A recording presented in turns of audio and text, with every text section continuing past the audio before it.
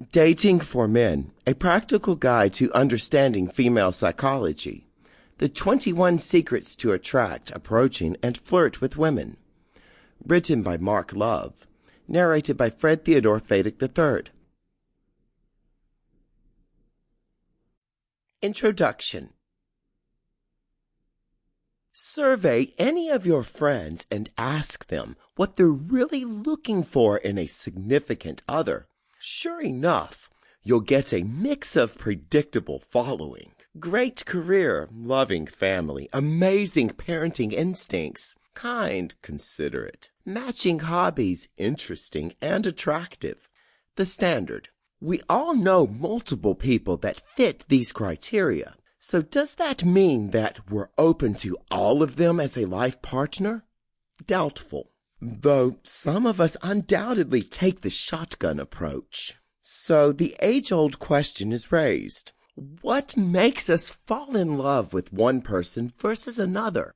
All the slow jams in the world never seem to be able to figure this out.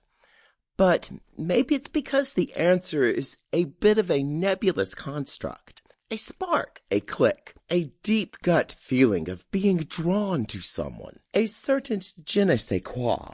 It's really not quantifiable outside of just deeming it chemistry. But take The Bachelor, for instance. For those of you that are unfamiliar with it, the premise of the show is that there is one man who goes on dates with 25 amazingly attractive women. At the show's conclusion, which is a mere 6 weeks from the initial meeting, he invariably ends up proposing to one of them. That's a life-changing decision. If even 1/10 of the emotional depth they developed on the show is real, that's still a lot of real chemistry and passion that cannot simply be explained away by the pressurized television and filming atmosphere. I systematically analyzed these shows and broke down the commonalities of what drove chemistry and such intense feelings of love in short periods of time. Does being ridiculously handsome, being billed as the Bachelor, and a sense of competition amongst the other participants help? Perhaps. But beyond that, you'll be shocked at what really gets it done. As it turns out, many of these elements are firmly rooted in the biological basis of love theory. In other words, what love does to our brains, bodies, and emotions. The rest just comes from smart planning and execution. Dating shows exploit all of the above and veritably force-feed emotions into people. Chapter 1.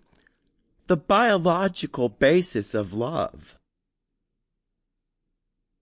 It's helpful to first go over some of the physiological functions we're trying to take advantage of.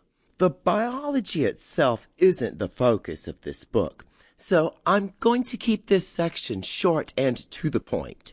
For our purposes of cultivating attraction and chemistry, there are 3 main pathways at work, each of which I'll talk about briefly below. At their root, they are all simply biological functions which, with classical conditioning and association and clever planning, can be simulated and increased. Something which keeps many men and women hopeful is the fact that there's someone on the planet for everybody. This might be true based on the kind of person you're searching for and what you would like to possess with this particular person. So, in fact, it's this part that determines if there's a match for everybody on the planet that desires one. Everything comes down to what you would like to possess with someone else. The simplest of connections may be the one-night stand. Nearly any decent-looking person can score one of these fairly easily. Usually these happen because a person possesses an itch that should be scratched. You get all dressed up, striking a few of the more crowded and popular meat markets. This is where you'll find others exactly like you, which are searching for individuals' couple of minutes or couple of hours of physical closeness with another person. This really is quite simple to create happen. The downside from it is the fact that, for most people it works out for, Sample complete. Ready to continue?